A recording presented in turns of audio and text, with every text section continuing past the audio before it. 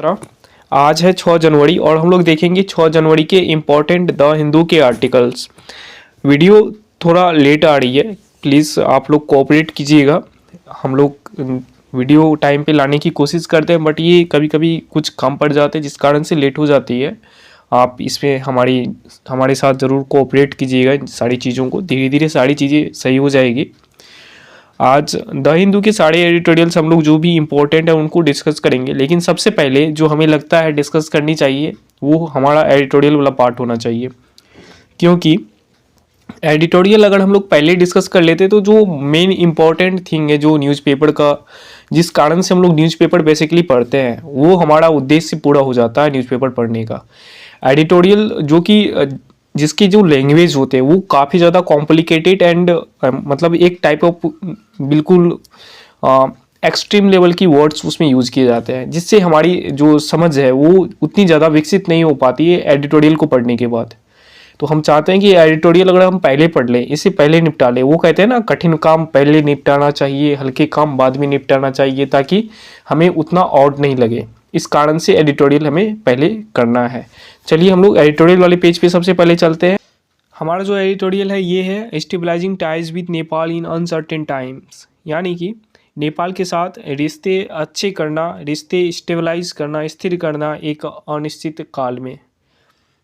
तो चलिए video editorial को स्टार्ट करते हैं और हम लोग देखते हैं। ये एडिटोरियल लिखा गया है के.वी. राजन जी के द्वारा।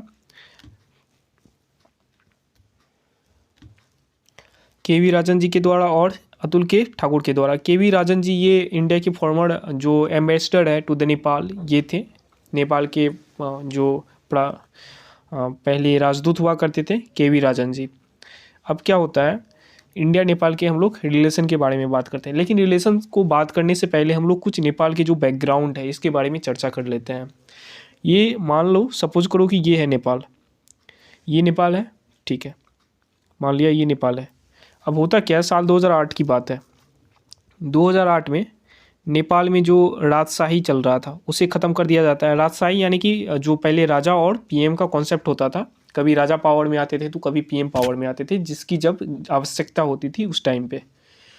लेकिन होता क्या, साल 2008 में ये जो सिस्टम है ये राजशाही वाला ख़त्म हो जाता है। कॉन्सेप्ट आता है पीएम और प्रेसिडेंट का। जिस तरीके से हमारे इंडिया में पीएम और प्रेसिडेंट का कॉन्सेप्ट है, वही कॉन्सेप्ट यहाँ पे आता है। ठीक है, ठीक है, बात यहाँ से चलती जाती है। अब आती है साल 2015। साल 2015 में क्या होता है, नेपाल एक अपना नया कॉन्स्टिट्यूशन बनाता है, संविधान बनाता है। नेपाल अपना नया कॉन्स्टिट्यूशन बनाता है। इस कॉन्स्टिट्यूशन में जो नेपाल है ये क्या करता है कि नेपाल में जो इंडिया की तरफ से, लेट से ये नेपाल का मैप मैंने आपको बनाया, तो नेपाल ये इंडिया की तरफ से कुछ लोग यहाँ पे जाके रहते हैं बॉर्डर एरिया में। इसे जो कहते हैं वो मधेसी कम्युनिटी कहते हैं। जैसे ये लोग यहाँ पे रह रहे हैं और हम लोग इसे कहते हैं मधेसी कम्युनिटी, MADHESI। अब होता क्या है, ये जो मधेसी कम्युनिटी है इसको कहीं भी नेपाल के जो नया कॉन्स्टिट्यूशन बनाया गया है उसमें मेजोरिटी में नहीं रखा जाता है। नेपाल के नए कॉन्स्टिट्यूशन में जो कॉन्स्टिट्यूएंसीज है, जो लोकसभा या विधानसभा जो चुनाव क्षेत्र है, उसमें कहीं भी इस मधेसी कम्युनिटी को मेजोरिटी में नहीं रखा गया। यानी कि इस तरीके से कॉन्स्टिट्यूशन को डिज़ाइन किया गया कि ये जो मधेसी कम्युनिटी है इसको माइनॉरिटी में रखा जाए। माइनॉरिटी में रखा जाएगा तो क्या होगा, इसका पावर वहाँ पे उतना ज़्यादा नहीं चलेगा। अब होता क्या है कि 2015 में जो नेपाल है, इसको समझने से पहले ये देख लेते हैं नेपाल में जो भी इम्पोर्ट्स होते हैं, जो भी चीज़ें आयात या फिर निर्यात किए जाते हैं, ये इंडिया के थ्रू किया जाता है। क्योंकि नेपाल के जो बॉर्डर एरियाज है यहाँ कहीं भी समुद्र नहीं है, कहीं भी सीज नहीं है, क्योंकि नेपाल एक लैंडलॉक कंट्री है। इस कारण से सारी चीज़ें जो इम्पोर्ट्स एक्सपोर्ट्स है वो इंडिया के थ्रू होती है। जो खाने की चीज़ें हो या फिर पेट्रोलियम हो, दूध वगैरह हो, ये सारी इंडिया की तरफ से होती है। अब होता क्या नहीं कि 2015 में नेपाल का इंक्लिनेशन थोड़ा सा चाइना की तरफ बढ़ जाता है। अब चाइना की तरफ बढ़ जाता है। दूसरी ये प्रॉब्लम कि जो मधेसी कम्युनिटी है इसके थ्रू जो ये इसको मेजोरिटी में नहीं रखा गया, इससे कहीं ना कहीं भारत सरकार को जो ठेस पहुंची, बुरा लगा इन चीज़ों को देख के। तब क्या होता है, जो ट्रक्स वगैरह जा रहे थे नेपाल में, मधेसी कम्युनिटी ने क्या किया, नेपाल में जा रहे थे, ये ट्रक क्या हुआ 2015 में यहाँ पे बॉर्डर एरिया में लाइन से बिल्कुल खड़े हो गए, नेपाल के अंदर नहीं जा रहे थे। तो नेपाल गवर्नमेंट ने क्या कहा कि इंडिया हम पे प्रेशराइज कर रहा है क्योंकि हमने मधेसी कम्युनिटी को मेजोरिटी जो चुनाव क्षेत्र है उसमें नहीं रखा है, इस कारण से इंडिया प्रेशराइज कर रहा है ताकि मैं इसे ठीक करूं। तो इंडिया के साइड से क्या बयान आया कि इंडिया जो है ये नहीं कर रहे हैं, हम नहीं कर रहे हैं, ये आप ही की जो मधेसी कम्युनिटी है ये कर रहे हैं, ये यहाँ पे ट्रक जाम कर रहे हैं जो कि नेपाल में एंट्री होने नहीं दे रहे हैं। ये बयान आया इंडिया की तरफ से। तो यहाँ से क्या होता है, जो हमारे इंडिया और नेपाल के रिलेशन है ये बिल्कुल ख़राब होते चले जा रहे हैं। इंडिया और नेपाल के रिलेशन 2015 से ख़राब होते चले जा रहे हैं। यहाँ से स्टार्टिंग होती है रिलेशन ख़राब होने की। अब चलते हैं आगे। अब बात क्या होती है कि हाल ही में चुनाव हुआ, कहाँ पे, नेपाल में। चुनाव में 3 जो बड़े बड़े चेहरे हैं वो आपको देखने को मिलेंगे। ये 3 चेहरे यहाँ पे मैं आपको दिखा रहा हूँ। ये 3 चेहरे हैं, ये शेर बहादुर देउवा, दूसरा प्रचंड, तीसरा इलेक्शन में ये प्रचंड और ये केपी शर्मा ओली जी, ये दोनों का क्वालिशन में गवर्नमेंट बन जाती है, गठबंधन की सरकार बन जाती है। जो मान्यता थी वो क्या थी कि ये पहले जो देउवा थे, शेर बहादुर देउवा जी, इनकी पहले सरकार थी, अभी इनकी सरकार थी, ये भी क्वालिशन के साथ में थे प्रचंड के साथ। किसके साथ? प्रचंड के साथ। मान्यता ये थी कि ये फिर से दोनों क्वालिशन का गवर्नमेंट बनाएंगे, लेकिन हुआ उल्टा। ये भाई साहब ने क्या किया, इनके पास ये दोनों की मिलके गवर्नमेंट बना ली नेपाल में। अब क्या होता है, इनकी पार्टी आ जाती है पावर में, और ये जो है प्रो चाइना है, यानी कि चाइना के फेवर में रहते हैं। और हमारे जो शेर बहादुर देउवा जी थे, जो पहले प्राइम मिनिस्टर थे नेपाल के, ये प्रो इंडिया थे, यानी कि इंडिया के फेवर में ज़्यादा करते थे। इनका विजिट भी हुआ है वाराणसी वगैरह में, प्रो इंडिया थे ये। अब क्या होता है कि इसी को लेके जो आर्टिकल आया है कि क्या इंडिया को स्टेबलाइज करना चाहिए रिलेशनशिप विद द नेपाल, क्या इसे सोचना चाहिए, क्या करना चाहिए, इन्हीं को लेके ये आया है एडिटोरियल। तो चलिए हम लोग चलते हैं एडिटोरियल पे। एडिटोरियल स्टार्ट करने से पहले जो वर्ड्स हैं इसको हम लोग देख लेते हैं। सबसे पहले मैंने यहाँ पे हाईलाइट करके रखा है इम्पेशेंस। इम्पेशेंस मतलब क्या होता है? इम्पेशेंस मतलब होता है कीननेस, डिजायरनेस, ईगरनेस, आधीरता, आतुरता, यानी कि किसी चीज़ को जानने की इच्छा, तीव्र इच्छा शक्ति।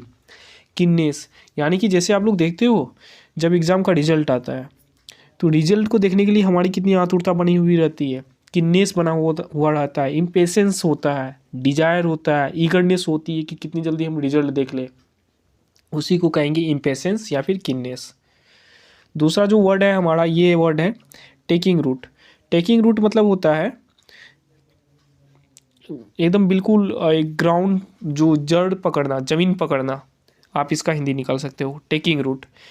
टेकिंग रूट मतलब एन आइडिया और बिलीफ कस्टम्स टेक रूट, एक कोई आइडिया, बिलीफ या फिर कस्टम जो कि टेक रूट लेता है, यानी कि जड़ पकड़ता है, ज़मीन पकड़ता है।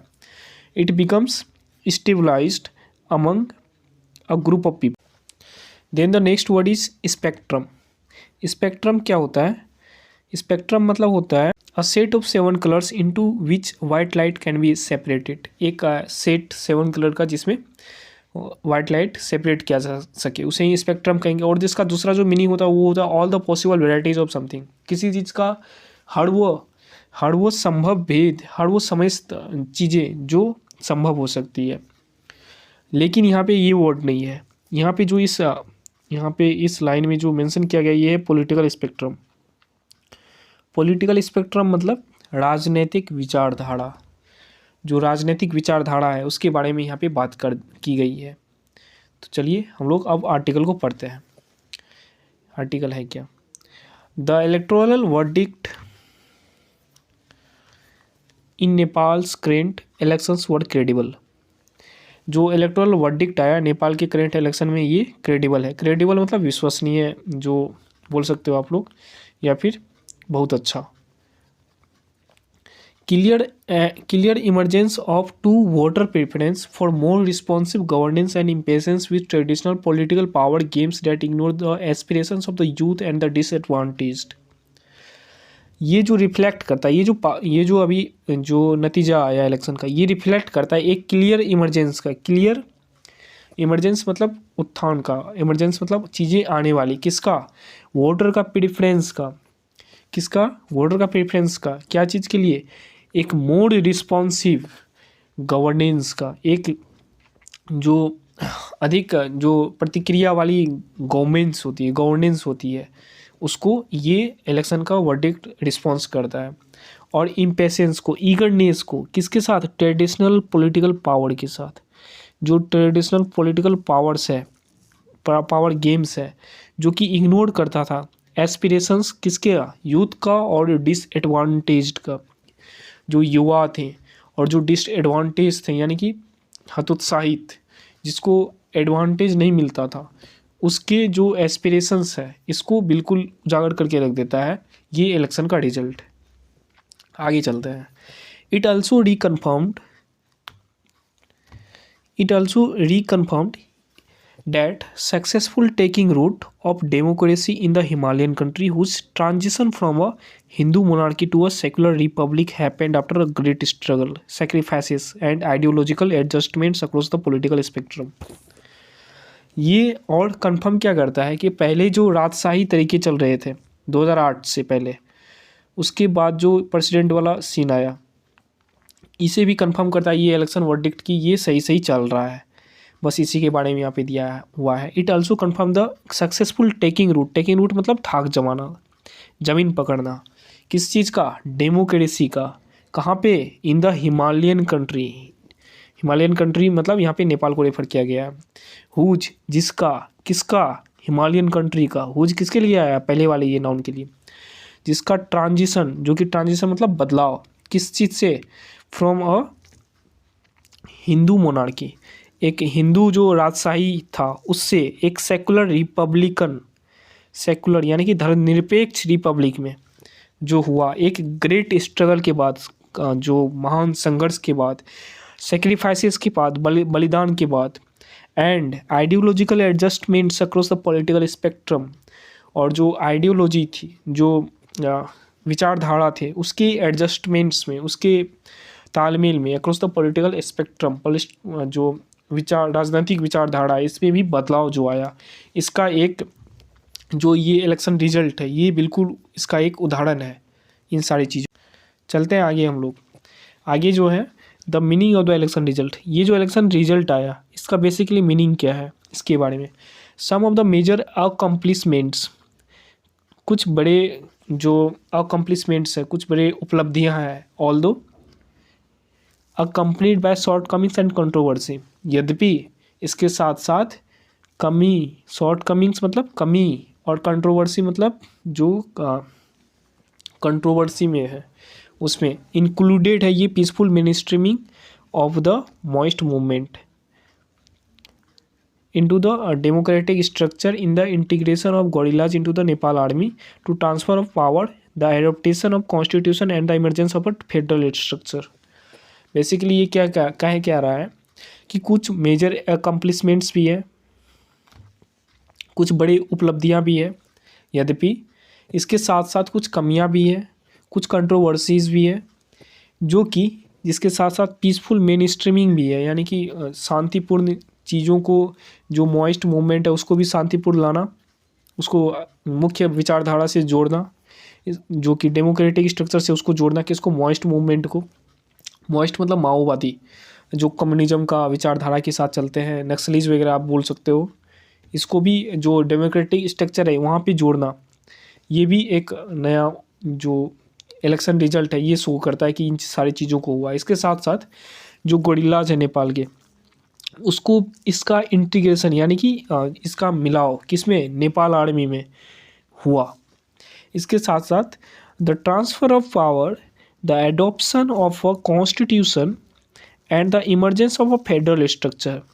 पावर का कैसे ट्रांसफ़र हुआ, किस चीज़ से, वो राजशाही से जो डेमोक्रेसी है इसमें, एडॉप्शन ऑफ अ कॉन्स्टिट्यूशन जो संविधान का एडॉप्शन है वो कैसे हुआ। इसके साथ साथ इमरजेंस ऑफ फेडरल स्ट्रक्चर का एक अस्तित्व आना वहाँ पे। फेडरल स्ट्रक्चर क्या होता है बेसिकली, जैसे हमारे इंडिया में ये क्या है, यहाँ देख लो, ये काफ़ी सारे स्टेट्स हैं, स्टेट्स जो है मिल के यूनियन बना था कहाँ पे, यूएसए में, लेकिन हमारे यहाँ पे क्या है, यूनियन के अंदर स्टेट्स होंगे और हर एक के पावर अलग अलग होते हैं, इसी को कहेंगे फेडरल स्ट्रक्चर। तो नेपाल में भी ऐसा ही है फेडरल स्ट्रक्चर। आगे चलते हैं, यानी कि ये फिर से आप देख लो, ये अगर यूनियन है, केंद्र सरकार है, इसके साथ साथ केंद्र सरकार भी कोई बिल लाती है, कोई नियम लाते हैं, कोई लॉज लाते हैं, वो भी इम्प्लीमेंट करती है, कोई स्कीम्स लाती है, वो भी इम्प्लीमेंट करती है। राज्य सरकार भी अपना खुद का लॉज लाती है, खुद का बिल वगैरह पास करते हैं, खुद का स्कीम लाते हैं, वो भी इम्प्लीमेंट करते हैं। यानी कि दोनों के पास अलग अलग पावर होते हैं, अलग अलग चीज़ों को कंडक्ट करने की शक्तियाँ होती है, इसे ही हम लोग फेडरल स्ट्रक्चर कहेंगे। तो यही फेडरल स्ट्रक्चर नेपाल में भी संपन्न हो पाया। ये इसका जो इलेक्शन रिजल्ट है इसका उदाहरण है। आगे हम लोग चलते हैं। ऑन द नेगेटिव साइड, ये तो सारा पॉजिटिव साइड हो गया। यहाँ पे जितनी भी चीज़ें मैंने आपको अभी दिखाई ये सारे पॉजिटिव चीज़ें हैं, जो कि कंट्रोवर्सी, जो पीसफुल मिनिस्ट्री में लाना माओवादियों को, फिर गोरिल्लाज को नेपाल आर्मी में लाना, फिर फेडरल स्ट्रक्चर आना, adoption of constitution, power transfer, ये सारी पॉजिटिव चीज़ें हैं जिसका कारण से इलेक्शन का रिजल्ट आया। इलेक्शन का रिजल्ट ये सारी चीज़ों को बताता है। इसके साथ साथ नेगेटिव साइड क्या है, ऑन द नेगेटिव साइड हम लोग पहले ये on the negative side, however the hung parliament क्यों कहा गया, लटकने वाली पार्लियामेंट, क्यों? क्योंकि जो पार्लियामेंट अभी जो बन रही है ये कभी क्या होता है, कभी भी ये फुल मेजोरिटी में नहीं आ पाती है। 3-4 जो पार्टीज़ होते हैं उसके कोalition में गवर्नमेंट बनती है नेपाल में, 3-4 पार्टीज़ के कोalition में, तो ज़्यादा दिन तक जो गवर्नमेंट है वो चल नहीं पाती है। इस कारण से कभी टूट जाती है, तो फिर दूसरे गवर्नमेंट, इस कारण से इसे हंग पार्लियामेंट कहा गया है। That the final results created a sure recipe for instability and frequent changes of government in the coming years। अभी जो रिजल्ट आया ना, ये क्या हुआ, इंस्टेबिलिटी क्रिएट किया है। क्यों? क्योंकि एक भी सिंगल पार्टी मेजोरिटी में नहीं आए, और मेजोरिटी में नहीं आए तो क्या हो सकता है, गवर्नमेंट चेंज हो सकता है। यही बता रहा है कि इंस्टेबिलिटी आया, अस्थिरता आई, और फ्रीक्वेंट चेंज हो सकता है आगे आने वाले दिनों में तुरंत ही चेंज हो जाए गवर्नमेंट, यही कहा गया। This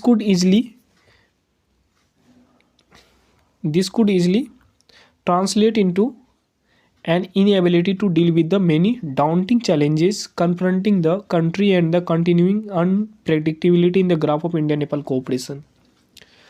ये जो हंग पार्लियामेंट यानी कि जो मेजोरिटी में गवर्नमेंट नहीं आया, ये क्या करेगा, इजीली ट्रांसलेट कर सकता है एक इनएबिलिटी को, जो कि डील करेगा मेनी डाउंटिंग चैलेंजेस।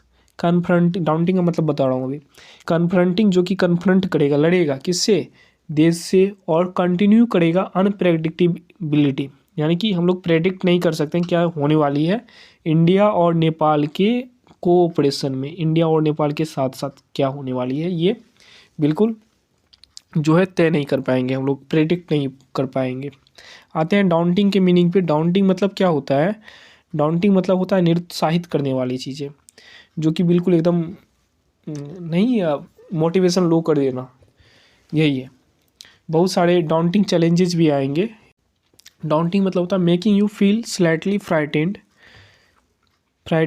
और worried about your ability to achieve something. आगे बढ़ते हैं।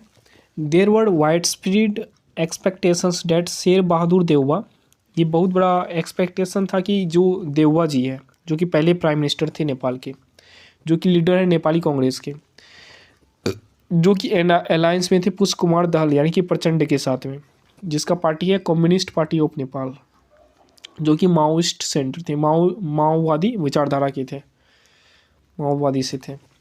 कौन पहले जो गवर्नमेंट था ये किसका था, शेर बहादुर देववा और फिर प्रचंड जी का, ये दोनों का गवर्नमेंट था कोalition में।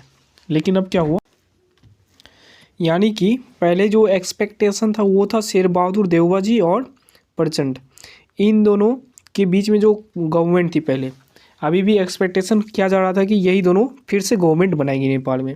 लेकिन हुआ क्या, उल्टा हुआ क्या, ये जो अभी मैंने आपको तुरंत बताई है, ये जो प्रचंड है ये जाते हैं केपी शर्मा ओली के पास, इनके साथ गवर्नमेंट कोalition कर लेते हैं, इसके साथ गठबंधन की सरकार बना लेती है। तो यही बातें यहाँ पे लिखी गई है। There word wide spirit expectation that Sher Bahadur Deuba leader of Nepali Congress, इसके पार्टी का नाम नेपाली कांग्रेस है, जो कि अलायंस में था पुष्प कुमार दहल प्रचंड, जिसे हम लोग कहते हैं communist party of Nepal, Maoist centre इसका पार्टी का नाम है, और 3 अदर पार्टीज के साथ कोalition का गवर्नमेंट, यानी कि टोटल 4 पार्टीज, 3 इधर हुआ, 4 और 5 पार्टीज का कोalition का गवर्नमेंट बना। समझो कितना स्थिति खराब है वहाँ का, जो कोई भी एक पर्टिकुलर पार्टी मेजोरिटी में नहीं आ पाती है। लेकिन हुआ क्या, would form the new government as the alliance commanded the largest number of seats in the new parliament क्योंकि ये जो नया पार्लियामेंट हुआ, इस नया पार्लियामेंट में सबसे ज़्यादा सीट रख रहे थे कौन, ये तीनों। अब यहाँ पे एक वर्ड है कमांडेड, इसका मतलब क्या हुआ, कमांडेड मतलब होता है बेसिकली चीज़ों को करना, एक ऑर्डर जिसे आप बोल सकते हो। इसका दूसरा वर्ड, लेकिन दूसरा वर्ड यानी competing and instruction given to a computer, computer में कोई इंस्ट्रक्शन वगैरह देना।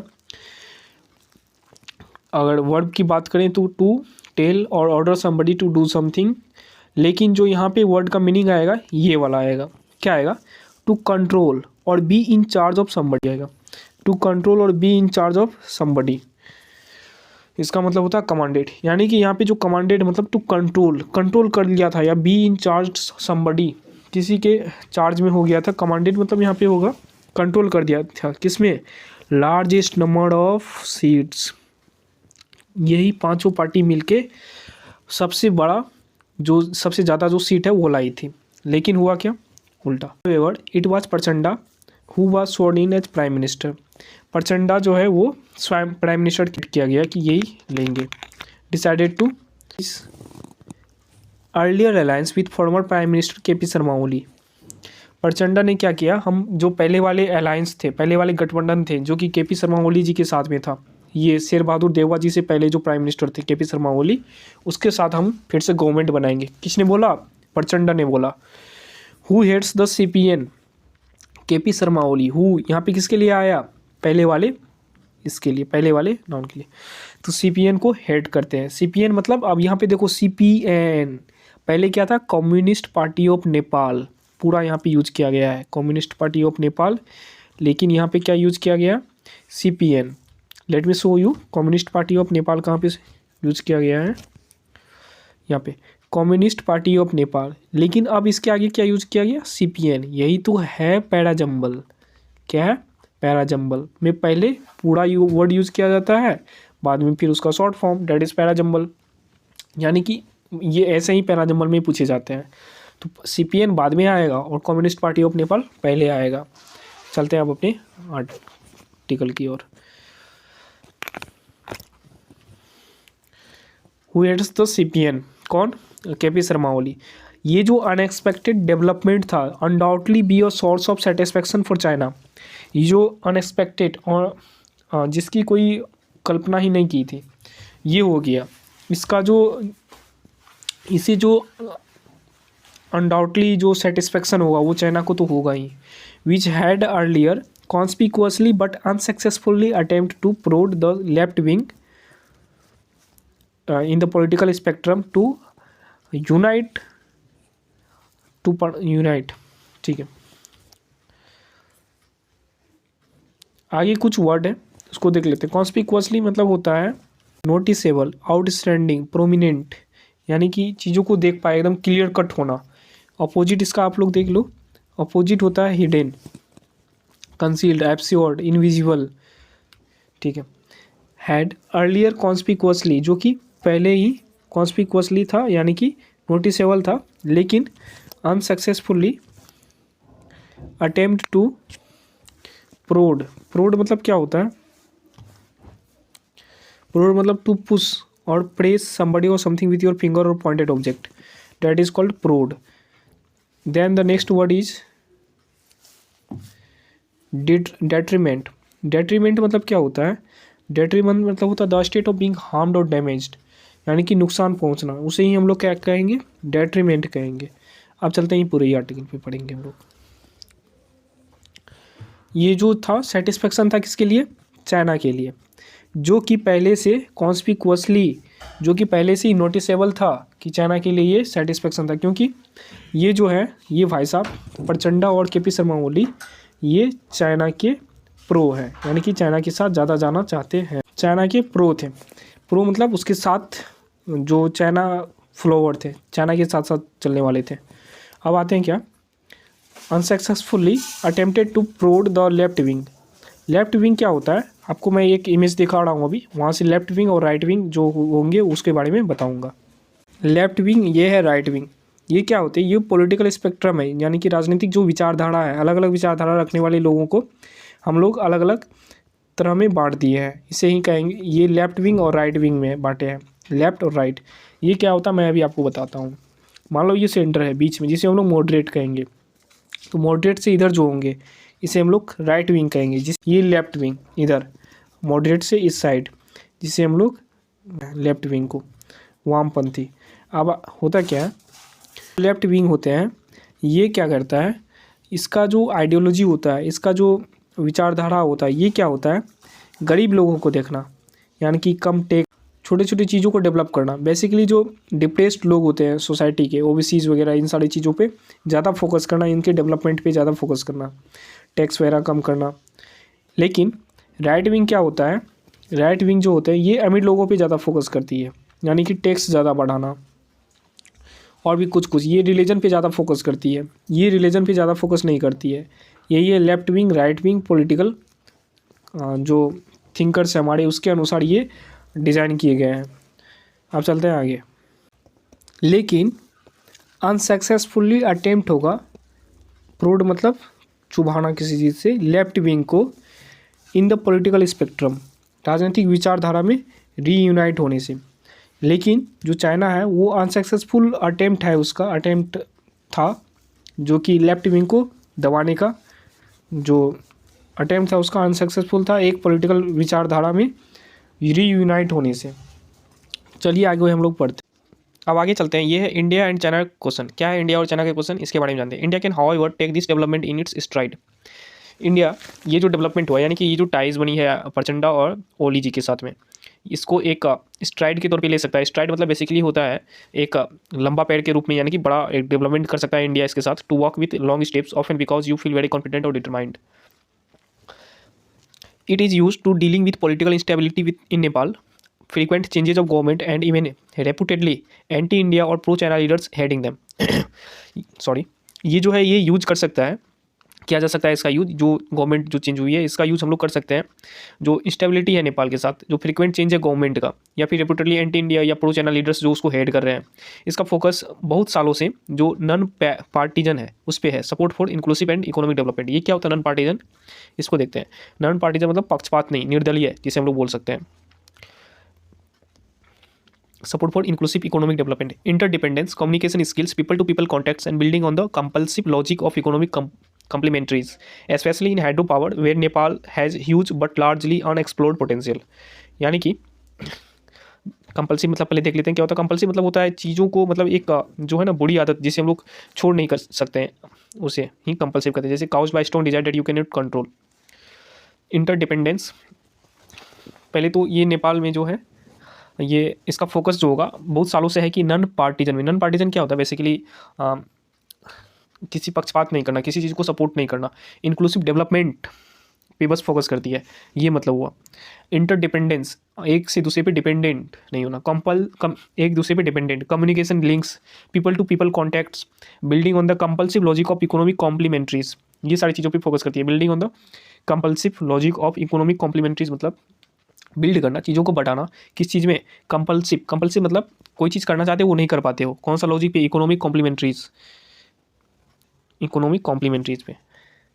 स्पेशली इन हाइड्रो पावर, मुख्यतः किस पे, हाइड्रो पावर। हाइड्रो पावर मतलब जहाँ पे पानी को रोक के हम बिजली वगैरह बना सकते हैं, जहाँ पे नेपाल में एक काफ़ी ज़्यादा पोटेंशियल है इसे एक्सप्लोर करने का, लेकिन नहीं कर पाता है अभी Nepal. The extent of its, जो इसका extent, length, area, size, importance है किसका, ये नेपाल का। Linkage of history, geography, culture, religion and economy with Nepal facilitate management of its security concerns with tolerable limits. इसका जो एक्सटेंट है ये लिंक होता है हिस्ट्री, ज्योग्राफी, कल्चर, रिलीजन और इकोनॉमी किसके साथ, नेपाल के फैसिलिटेड मैनेजमेंट्स और इसके सिक्योरिटी कंसर्न्स जो कि टॉलरेबल लिमिट्स में होते हैं, एक हद तक जो है उसे टॉलरेट कर सकते हैं, उसे बर्दाश्त करने की लिमिट्स में होते हैं। Moreover leaders like Prachanda and Oli seasoned veterans, experience है चीज़ों को लेके, सीजन यानी कि बहुत सालों से ये बिल्कुल उस काम में सीजनड हो गए हैं एकदम, जो होती है ना बिल्कुल एक्सट्रीम लेवल के जो एक्सपीरियंस है वो हो चुके हैं। कैपेबल ऑफ मेकिंग श्रूड मतलब क्या होता है, बिल्कुल एकदम राइट डिसीजन लेना। Shrewd means able to make good decision because you understand a situation well. Shrewd judgments यानी कि अच्छे जजमेंट्स ये बनाने में जो है ये माहिर है। कौन, के पी शर्मा ओली एंड प्रचंड उसे कहेंगे। Judgements in their long term political interest even when, जब they talk about the new government adopting a policy equiproximity, जब ये लोग बात कर रहे थे नया जो सरकार अभी बनी है जिसमें इक्वी प्रोक्सीम पॉलिसी को ये लोग अडॉप्ट करेंगे, जो कि मतलब हुआ इंडिया और चाइना के साथ साथ दोनों को साथ साथ लेके चलना। लेकिन सच्चाई ये है कि the truth is that as is evident, evident मतलब स्पष्ट, इवन इन रोबस्ट, रोबस्ट मतलब healthy,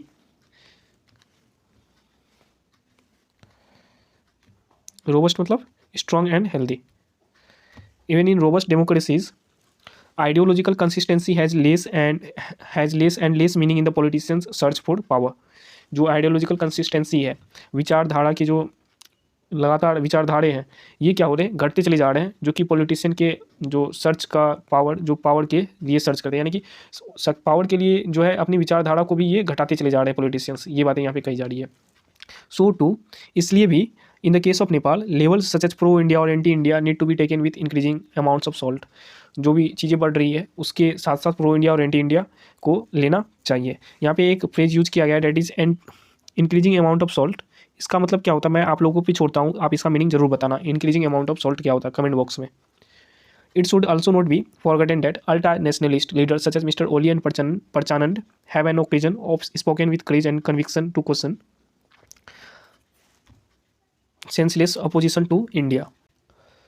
It should also not be forgotten that ultra-nationalist leaders such as Mr. Oli and Parchananda, ये भी हम लोगों को नहीं बोलना चाहिए कि ये भी नहीं बोलना चाहिए कि जो अल्ट्रा लीडर्स, अल्ट्रा नेशनलिस्ट मतलब क्या होता है बेसिकली, जो अपने देश से काफ़ी ज़्यादा लगाव रखते हैं, radically loyalty to devotion to a nation, extreme nationalism, इसे ही अल्ट्रा नेशनलिस्ट कहेंगे, यानी कि अपने देश से बहुत ज़्यादा प्यार, जो ओली जी हैं और प्रचंडा जी हैं इन दोनों को। ऑन ओकेजन स्पोकन, एक अवसर पे इन्होंने बोला था कि विथ क्रेज, एकदम पूरा साहस के साथ और कन्विक्शन के साथ, कन्विक्शन मतलब किसी को दोषी ठहराने के साथ, प्रबल मत या आस्था के साथ, एक प्रबल बिलीफ के साथ एक क्वेश्चन का, जो कि सेंसलेस अपोजिशन था इंडिया के लिए, सेंसलेस अपोजिशन टू इंडिया।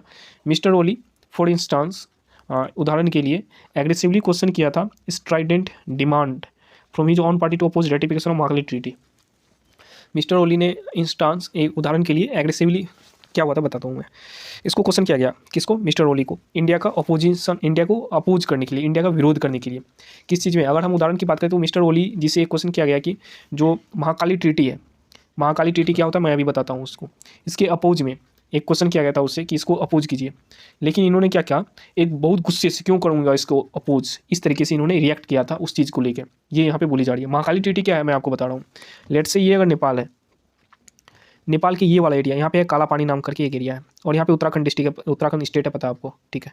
अब यहाँ पे क्या होता है, यहाँ पे एक डिस्ट्रिक्ट है पिथौरागढ़, पिथौरागढ़ डिस्ट्रिक्ट में ही काला पानी है। काला पानी से एक रिवर निकलती है जो कि नेपाल और इंडिया की बॉर्डर से बहती हुई आके इधर घाघरा नदी में मिलती है और फिर घाघरा नदी गंगा नदी में मिल जाती है, ठीक है। ये रिवर का नाम है महाकाली रिवर, जिसे हम लोग शारदा रिवर भी कहते हैं, काली रिवर भी कहते हैं, ठीक है। ये रिवर जो कि इंडिया नेपाल के बॉर्डर से चलती है, घाघरा रिवर में मिलती है, ये घाघरा रिवर है और ये गंगा रिवर है। तो ये महाकाली ट्रीटी, इसमें क्या हुआ था, यहाँ पे हाइड्रो पावर प्रोजेक्ट्स लगाए जाने थे और इंडिया नेपाल के बीच में कुछ जो ट्रीटी है वो साइन किए गए थे। तो इनका अपोज करने के लिए बोला गया के पी शर्मा ओली जी को। लेकिन इन्होंने एग्रेसिवली क्वेश्चन किया, स्ट्राइडेंट डिमांड जो हो रहे थे, जो उनके ही पार्टी के लिए, उनके ही पार्टी के द्वारा की जा रही थी, अपोज करने के लिए ratification of Mahakali treaty. Ratification मतलब उसको बिल्कुल एकदम मान्यता दे देना, रेटिफाई कर देना जो महाकाली ट्रीटी है उसको, उसके लिए। तो इन्होंने बहुत ही एग्रेसिवली उसको अपोज किया था। पब्लिक, आगे बढ़ते हैं। Public opinion in Nepali is now alert to the reality of Chinese intentions. जो पब्लिक है नेपाल के वो बिल्कुल अलर्ट है कि चाइनीज़ के जो इरादे हैं उस वो क्या होते हैं। The risk of falling into that trapped, जो डेथ रेट है उसमें गिरने का जो चांस है वो है। And limitations in terms of Chinese capacities in comparison to India's, sorry, और जो लिमिटेशंस है in terms of Chinese capacities, Chinese की जो कैपेसिटी है इन कंपेरिजन टू इंडियाज़, जो क्या क्या लिमिटेशंस हो सकते हैं चाइना और इंडिया से अगर कंपैरिजन किया जाए तो कौन कितना ज़्यादा लिमिट कर सकता है चीज़ों को, उसके बारे में वहाँ के जो नेपाल के जो लोग हैं ये काफ़ी ज़्यादा अवेयर है, अलर्ट है इन सारी चीज़ों को लेके। China's image it self has taken a huge beating. क्यों? क्योंकि जो अभी कोविड-19 सुनामी है वो खुद अपनी कंट्री में कंट्रोल नहीं कर पाए तो नेपाल को कैसे ये हेल्प करेंगे। इन सारी चीज़ों को लेके जो राइटर उनका कहना है कि अभी जो नेपाल है वो चाइना की तरफ नहीं जाएंगे, चाइना प्रो भी नहीं होंगे। ठीक है, चलिए आगे बढ़ते हैं। India, however, cannot be complacent. Traditional irritants such as the 1950 India-Nepal Treaty of Peace and the friendship and the border issue need not be kept festering but should be stored out in an open and transparent manner. इसका मतलब क्या हुआ basically, आप पहले इसका meaning जान लो। Complacent मतलब होता है, कॉम्प्लेसेंट मतलब होता है feeling too satisfied with yourself और विथ अ सिचुएशन, खुद से या फिर किसी सिचुएशन से बिल्कुल एकदम सेटिस्फाइड होना, यानी नहीं बोलते आत्मसंतुष्ट होना, वही हुआ कॉम्प्लेसेंट का मीनिंग। दूसरा है इरिटेंट। इरिटेंट मतलब क्या होता है, जो आपको इरिटेट करे, वहाँ से ये वर्ड निकल के आया। A substance that makes part of your body painful और सॉर, आपकी बॉडी को पेनफुल बनाए, सॉर बनाए, उसे ही इरिटेंट्स कहेंगे। फॉर एग्जांपल अगर तेजाब वगैरह होता है तो आपकी बॉडी को क्या होता है, पेनफुल बनाता है, तो ये जो तेजाब है इसे हम लोग इरिटेंट कहेंगे। इसके साथ साथ कुछ ऐसी चीज़ें जो कि आपको एकदम बिल्कुल इरिटेट करे उसे ही हम लोग इरिटेंट कहेंगे। जैसे अंग में दर्द पैदा करने वाली पदार्थ जो है, जलन पैदा करने वाली वस्तु है, उसे हम लोग इरिटेंट कहेंगे। आगे बढ़ते हैं। फेस्टिंग मतलब क्या होता है? फेस्टिंग मतलब होता है घाव या चोट, किसी चीज़ का बिल्कुल एकदम अनप्लीजेंट सिचुएशन जो कि एकदम से बढ़ते जाए, बिकम मोर अनप्लीजेंट, क्योंकि you do not deal with it successfully, आपने उसे सक्सेसफुली डील नहीं किया। यहाँ पे जो फेस्टिंग मतलब हुआ कि जो बॉर्डर इश्यू है हमारा, बॉर्डर इश्यू को अगर हम अच्छे से डील नहीं करेंगे तो और ये जो है ये बहुत ही ख़राब बनते चले जाएगा, हमारे इंडिया और नेपाल के बॉर्डर इश्यू, ये इसकी बातें यहाँ पे की जा रही है। आगे हम लोग चलते हैं। हाँ, India however can not be complacent traditional irritants such as the 1950 India Nepal treaty of peace and friendship and the border issue need not be kept festering. मतलब क्या, इंडिया जो है जबकि कैन नॉट बी कॉम्प्लेसेंट, जो है आत्मसंतुष्ट नहीं हो सकता है, क्योंकि जो ट्रेडिशनल इरिटेंट्स हैं, जो परंपरागत हमारे इरिटेंट है, इरिटेट करने वाली चीज़ें, जैसे इंडिया नेपाल का 1950 का treaty of peace and friendship, और दूसरा जो बॉर्डर इश्यू हमारे और नेपाल के साथ में, ये बिल्कुल एकदम ख़राब होते जा रहे हैं, फेस्टर होते जा रहे हैं, लेकिन should be sorted out in an open and transparent manner. इसे क्या करना चाहिए, जितना जल्दी से जल्दी हो सके उसे सॉर्ट आउट कर देना चाहिए, यानी कि ख़त्म कर देना चाहिए इस जो बॉर्डर इश्यू है इसको, और एक ट्रांसपेरेंट मैनर में होना चाहिए ये सारी चीज़ें। There is no reason why the world view of the East India Company, ये कोई कारण नहीं है क्योंकि क्यों जो है ईस्ट इंडिया कंपनी या फिर British India should B detriment. Detriment मतलब एन एलिमेंट डेट आइडेंटिफाइज और determines the nature of something fixes और कंडीशंस और आउटकम। एक ऐसा एलिमेंट जो कि आइडेंटिफाई करता है या डिटरमाइन करता है किसी चीज़ का नेचर, किसी चीज़ का प्रकृति कैसा है, या फिर उसे फिक्स कैसे किया जाए, उसके कंडीशंस या उसके आउटकम को, बस उसे हम लोग डेट्रीमेंट कहेंगे। Guide in shaping perceptions, perception मतलब हुआ इंद्रिया, द एबिलिटी टू नोटिस और अंडरस्टैंड समथिंग, उसे ही हम लोग परसेप्शन कहेंगे। ठीक है, और policies, when people on both sides of an open border are awaiting a better quality of life, Indian British India company और British India should be the detriment guide in shaping perceptions और policies. जब दोनों तरफ के जो लोग हैं, border के दोनों तरफ के लोग, वो अच्छी बेटर क्वालिटी ऑफ लाइफ चाह रहे थे, उस टाइम पे ब्रिटिश जो था, British should be the detriment guide in shaping perceptions और पॉलिसीज, उस टाइम पे उसको ये चीज़ें करना चाहिए, परसेप्शंस दिखाना चाहिए, पॉलिसीज अच्छे से करना चाहिए, ये बातें यहाँ पे कही जा रही है। Nepal is a transforming country, Nepal एक बदलता हुआ कंट्री है अभी भी। India is a player on the global stage, India पूरे वर्ल्ड में एक जो प्लेयर है उसका रोल प्ले कर रहा है। The world itself is heading towards major transformations, यानी कि पूरा दुनिया जो है एक बड़े ट्रांसफॉर्मेशन की तरफ और बढ़ रही है। विथ न्यू चैलेंजेस, नए नए चैलेंजेस के साथ, चेंजिंग प्रायोरिटीज़, बाउंडलेस पॉसिबिलिटीज़, अलग सारे पॉसिबिलिटीज़ के साथ साथ। आगे है टाइम फॉर फ्रेश थिंकिंग, अब हमारा टाइम आ गया है अच्छे से सोचने का। क्या सोचने का, अभी तक हम लोगों ने बहुत सारी चीज़ें डिस्कस कर रखी है, इन सारी चीज़ों को कंक्लूड करके हम अब निष्कर्ष पे पहुंचेंगे। अब हमें क्या सोचना चाहिए। द कोविड-19 crisis and the long term fallout is the largest shock to the global socio economic framework since the great depression of the 1930s। ये क्या great depression of the 1930s, इसको समझ लेते हैं। 1930 में जो ग्रेट डिप्रेशन आया था 1929 से 1939 तक, was an economic shock that impacted most countries across the world. It was period of economic depression that because नहीं that became evident after a major fall in stock price in the US. ये great economic depression था, great depression जिसे हम लोग कहते हैं। इस time के बाद जो ये कोविड वाला डिप्रेशन आया, ये सबसे बड़ा डिप्रेशन था। कोविड वाला जो long term fallout is the largest shock to the global socio economic, society को भी, इकोनॉमी को भी एक बड़ा झटका लगा ये कोविड के कारण ही लगा, जो कि ग्रेट डिप्रेशन के बाद सबसे बड़ा ये कारण है। ये बातें यहाँ तक कही गई है। More than 100 million people fail below the poverty line in 2020 to 21 alone. 2020 से 21 के टाइम में ही 100 मिलियन से ज़्यादा लोग गरीबी रेखा से नीचे चले गए। India and Nepal are uniquely positioned, एक साथ ही पोजीशन करते हैं इंडिया और नेपाल, क्योंकि of the breath and depth of the ties between them to jointly rethink economic governance with a view to enhancing human welfare. ये सारी चीज़ें दोनों के सेम है। There are huge challenges but also huge opportunities in the expanding and diversifying cooperation to mutual advantage. Now is the time to, यहाँ एक huge challenge है लेकिन एक ह्यूज अपॉर्चुनिटी भी है। किस चीज़ में? एक्सपेंड करने में, डाइवर्सिफाई करने में, यानी चीज़ों को बढ़ाने में। किस चीज़ में? कोऑपरेशन में, साथ मिल के काम करने में, टू म्यूचुअल एडवांटेज, दोनों के फ़ायदा के लिए। नाउ इज़ द टाइम, अब समय आ गया है क्या चीज़ का? फ्रेश थिंकिंग का। On a host of issue, बहुत सारे इश्यू पे फ्रेश थिंकिंग करने का समय आ गया, including economic recovery, bilateral sub regional and regional cooperation, restructuring supply chains, human as well as conventional security, energy cooperation, development, people to people contacts, and the untapped potential for technology and accelerating inclusive growth and soft power to maximize mutual advantage। इन सारी चीज़ों पे सोचने का अब समय आ गया। कौन कौन सी चीज़ें? Fresh thinking to host of issue, including economic recovery, जो हमारा इकोनॉमिक डिप्रेस्ड हुआ है in the time of COVID, we have to recover it. Bilateral, साथ साथ मिलके, यानी कि बायलेटरल मतलब होता है दो, बायलेटरल मतलब होता है involving two groups of people और टू कंट्रीज़। और नेक्स्ट वर्ड भी देख ही लेते हैं। अनटैप्ड मतलब होता है available but not yet used, कोई संसाधन आपके पास है लेकिन आप उसे यूज़ नहीं कर पाए हैं। फॉर एग्जांपल, आपने कोई कॉपी ली है, आपने लेके रख दिया है बट अभी तक यूज़ नहीं किया, डैट इज़ अनटैप्ड नोटबुक उसे कहेंगे। Then the next word is inclusive. Inclusive मतलब होता है इंक्लूडिंग और कंटेनिंग एवरीथिंग, कहते हैं ना समावेशी विकास, यानी कि सारी चीज़ का विकास करना, that is inclusive growth. Soft power क्या होता है? सॉफ्ट पावर बेसिकली मतलब हुआ कि एक चीज़ों को कहना, एक बिल्कुल अजीब तरीके से व्यवहार नहीं करना, उसे सॉफ्ट पावर कहेंगे। जैसे कह के करना, बिल्कुल कोई एक अहिंसा की चीज़ें नहीं करना, हिंसात्मक भाव से नहीं करना, अहिंसा को अपना के चीज़ों को मैक्सिमाइज करना, म्यूचुअल एडवांटेज करना, इसे ही हम लोग सॉफ्ट पावर कहेंगे।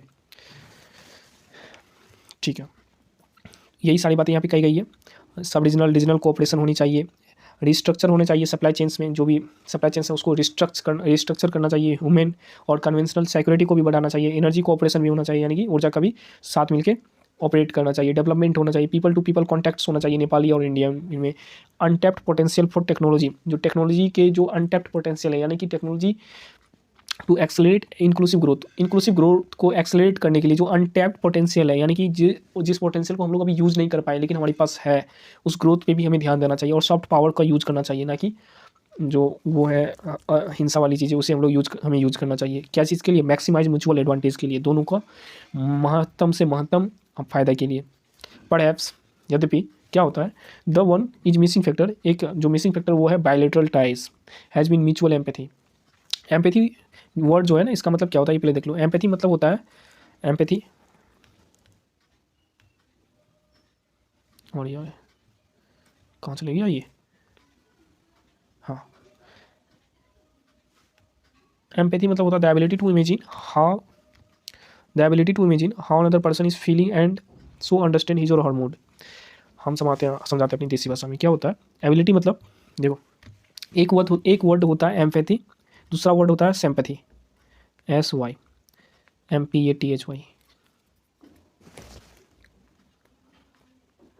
मीनिंग क्या होता है? एम्पैथी मतलब किसी को कोई दुख है, आप भी गए उनसे पूछें भाई साहब क्या दुख है, वो बताया, उसके साथ में आप भी दुख हो गए। यानी कि किसी का फ़ोन खो गया, लेट्स से योर फ्रेंड, आपका फ्रेंड है कोई, उसका फ़ोन खो गया, आप बोले क्या हुआ भाई साहब, क्यों रो रहे हो? उन्होंने बोला मेरा फ़ोन खो गया, तो आप भी उसके दुख में अपने आप को भी समाहित कर लेते हैं, यानी कि आपको भी दुख होता है, क्योंकि वो फ़ोन में आपका भी कुछ शेयर था, आधा मिला कि दोनों फ़ोन लिया था, तो दोनों को दुख हुआ, डैट इज़ एम्पैथी। लेकिन सिंपैथी क्या होगा? किसी एक पर्सन को बस बोल देना, अच्छा भाई साहब दुख है, ओहो नहीं होना चाहिए ऐसा, ये गलत हुआ आपके साथ, that is sympathy. I hope कि समझ में आ गया एम्पैथी और सिंपैथी। चलिए आगे बढ़ते हैं।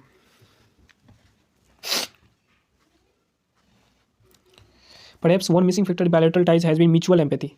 म्यूचुअल एम्पैथी नहीं है, यानी कि एक को लॉस हुआ तो दूसरा नहीं चाहते हैं कि मतलब उसके लॉस में शेयर नहीं करते, यानी कि अपना हिस्सेदारी या फिर अपना जो है एम्पैथी वो व्यक्त नहीं करते। एम्पैथी मैंने बताया अभी क्या है आपको। The will of the political the will of the political class, party lines, bureaucracies and civil society on the other side of the border to understand what the world looks like from the other side. Empathy is an urgent necessity more than ever before as a factor for sustainable friendly ties. Diverse but balanced and constructive approaches to India-Nepal relations will contribute to a clear understanding of the past, better awareness of present trends, and new roadmaps of substantive upgrading of ties in the years to come. Substantive मतलब मूल basic. उसके बाद है हमारा new and innovative approaches are needed on both sides. नया और बिल्कुल innovative approach जरूरत है दोनों साइड को अपनाने की। वाट ऑल नेपालीज येन मतलब उदास। नेपाली जो उदास क्यों है? For is a sense of equality in Indian respect for their identity. उदास इसलिए कि इंडिया भी उसके आइडेंटिटी को रिस्पेक्ट करे, इक्वल माने, इन सारी चीज़ों के लिए उदास है। With a prime minister who has visited Nepal more times than any of his predecessors. एक ऐसे प्राइम मिनिस्टर जो कि अपने पहले जितने भी प्राइम मिनिस्टर आए हैं उससे ज़्यादा टाइम नेपाल में विजिट किए हैं, यानी कि मोदी जी की बात यहाँ पे हो रही है। And external affair minister who has won huge respect for his clear and consistent approach to foreign policy of priorities. External affair minister जो कि बहुत बड़े लेवल पे रिस्पेक्ट, अपनी जो क्लियर रिस्पेक्ट गेन किया है नेपाल से, किस लिए? क्योंकि अपना उसका क्लियर और कंसिस्टेंट अप्रोच जो है फॉरेन पॉलिसी के लेके, फॉरेन पॉलिसी के प्रायोरिटीज़ के लेके। And a foreign secretary who was until recently India's ambassador to Nepal. और एक फॉरेन सेक्रेटरी जो कि अभी भी इंडिया का एम्बेसडर है नेपाल की ओर। India has a huge range of policy drivers with huge combined understanding and sensitivity as for relation with Nepal are concerned. This should stand both countries and the region in good state in the challenge of times ahead. So यहाँ पे होता है ये editorial complete. I hope आपको समझ में आई होगी चीज़ें। आप अपना प्रतिक्रिया जरूर कमेंट बॉक्स में मेंशन कीजिएगा, जिससे मैं अपने जो त्रुटि हुई है इस वीडियो को रिकॉर्ड करने में उसे सुधार पाऊँ अगले वीडियो में। सो आप सभी का बहुत बहुत धन्यवाद वीडियो को देखने के लिए। मिलेंगे कल अगले वीडियो में, तब तक के लिए बहुत बहुत धन्यवाद। Thank you so much watching. Article हमारा towards making India an uplinking hub. क्या होता है अपलिंकिंग हब? यानी कि इंडिया को बनाना है एक अपलिंकिंग हब। इसके बारे में इस आर्टिकल के अंदर बात करी गई है। क्या होती है अपलिंकिंग और डाउन लिंकिंग, इसके बारे में पहले हम लोग जानेंगे। अपलिंकिंग और डाउन लिंकिंग क्या होता है? लेट्स देखो, हमारे जो टीवी चैनल होता है ये कैसे काम करता है। लेट्स से ये कोई सैटेलाइट है, ये सैटेलाइट है। ये सैटेलाइट यहाँ से टीवी चैनल के जो ऑफिस है यहाँ से सिग्नल भेजे जाते हैं सैटेलाइट में, और फिर सैटेलाइट जो हमारे घरों में DTH लगे हुए होते हैं उस पर सिर्फ सिग्नल भेजती है सैटेलाइट। तो यहाँ से जो टीवी चैनल के ऑफिस से जो सैटेलाइट में जो सिग्नल जाएगी इसे हम लोग कहेंगे अपलिंकिंग। और सैटेलाइट से जो DTH में जो सिग्नल आएंगे उसे हम लोग कहेंगे down linking. DOWNLINKING, down linking. So यही है अपलिंकिंग और डाउन लिंकिंग। इस पर्टिकुलर एडिटोरियल में बेसिकली बात क्या करी गई है, बात जो की गई है ये है कि इंडिया जो है ये जो अपलिंकिंग है इसके हब बनने वाले हैं। पहले क्या होता था 1990 से पहले, 1990 से पहले क्या होता था कि कोई भी प्राइवेट चैनल नहीं होते थे, टीवी चैनल। बस एक जो DD नेशनल है बस यही हुआ करता था, इसी का बोलवाला था, यही मतलब चलता था बेसिकली। बोलवाला क्या, यही चलता था 1990 से पहले, क्योंकि हमारे खुद के सैटेलाइट्स नहीं होते थे। इंडिया के पास खुद के सैटेलाइट नहीं थे 1990 से पहले। बात होता क्या है, सबसे पहले 1992 में, 1992 में एक प्राइवेट जो टीवी चैनल है वो आया। 1992 में एक प्राइवेट टीवी चैनल आया। ये क्या करता है, हांगकॉन्ग के सैटेलाइट से इंडिया में भेजती है। यानी कि बेसिकली होता क्या था, लेट्स से ये कोई टीवी चैनल है, इन्होंने अपनी जो प्रोग्राम है वो रिकॉर्ड किया, ये भेजेंगे हांगकॉन्ग, फिर हांगकॉन्ग वाले सैटेलाइट में अपलोड करके फिर जो हमारे यहाँ ही DTH जो डायरेक्ट टू होम सर्विस है उसमें फिर ट्रांसफ़र करेंगे। तो ये चीज़ें, ये सीन था पहले। सबसे पहले जो इंडिया ने लॉन्च की अपना सैटेलाइट ये 2000 में लॉन्च की। फिर उसके बाद आया न्यूज़ चैनल। आज तक सबसे पहले हमारा न्यूज़ चैनल आया था जो कि प्राइवेट न्यूज़ चैनल था, बस उसी के बारे में कही जा रही है। अब जो है वो 2000 में सबसे पहले अपना सैटेलाइट इंडिया ने लॉन्च किया। लेकिन अब क्या सीन है, अब इंडिया के पास सैटेलाइट है और ये चाहता है कि कोई दूसरा कंट्री इसका सैटेलाइट, इंडिया का सैटेलाइट यूज करके अपने जो कंट्री है उसमें फिर अपना सिग्नल भिजवाए। यानी कि और इंडिया का जो सैटेलाइट है ये बेसिकली ये क्या करेगा, उस कंट्री से पैसा चार्ज करेगा। ये फंडा इसमें बताया गया है इस पर्टिकुलर आर्टिकल में। अब हम लोग देखेंगे ये आर्टिकल का मीनिंग क्या हुआ, यानी कि इंडिया को एक बेसिकली अपलिंकिंग हब बनाना है, यानी कि सैटेलाइट में भेजने वाली चीज़ों को, भेजने वाले सिग्नल्स का हब बनाना है, और जिससे हमारे पास पैसा आएंगे। और ये सैटेलाइट्स किसके द्वारा रेगुलेट किए जाएंगे? इसरो के द्वारा रेगुलेट किए जाते हैं, हमारे इंडियन स्पेस रिसर्च ऑर्गेनाइजेशन के द्वारा। बस यही बातें थी इसमें, बाकी कुछ है नहीं ज़्यादा कुछ समझने लायक।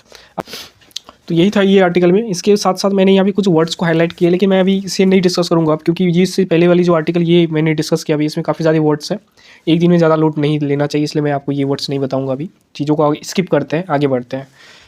नेक्स्ट जो है हमारा ये ओपिनियन पेज है, और ये है हाइड्रो जो हमारा ग्रीन हाइड्रोजन है उसके बारे में आर्टिकल। ये मैं कल भी बताया था आपको क्या है, बस वही है, उसी को एक बिल्कुल एक्सपेंड फॉर्म में यहाँ पे समझाया गया है चीज़ों को, तो इसको भी स्किप करते हैं। हाँ, टोक्यो से जापान क्या कह रहा है, टोक्यो में रहने वाले लोगों को वहाँ से बाहर जाने के लिए पैसे दे रहा है। इस पर्टिकुलर चीज़ को बारे में लेके यहाँ पे आर्टिकल दिया हुआ है। क्यों दिया हुआ है, आप इसे जब पढ़ोगे तो पूरी एकदम क्लैरिटी आ जाएगी। आप इसे पॉज कर लो और इसे पढ़ो। बढ़ते हैं हम लोग आगे।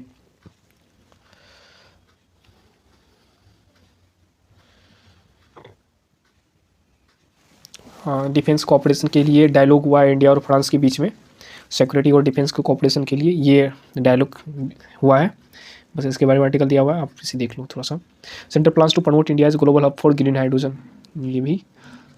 ये डीजीसी क्या हुआ, एयर इंडिया को आज पूछा है कि जो वुमेन का कंप्लेंट है उसको सही करने के लिए क्या हुआ था। बेसिकली वुमेन पे यूरिनेट कर दिया गया था एक पर्सन के द्वारा एयर इंडिया के प्लेन में, जो कि न्यूयॉर्क से इंडिया आ रही थी फ्लाइट, उसी में कर दिया गया था। इसके लिए कि वुमेन ने कंप्लेंट किया था, वो कंप्लेंट अभी तक सॉर्ट आउट नहीं हुए। इसी को लेकर डीजीसी ने एयर इंडिया को एक्सप्लेन करने के लिए बोला है कि ये लैक्सिटी क्यों हो रही है आपके जो कंप्लेन है वो कंप्लेन को रिजॉल्व करने में।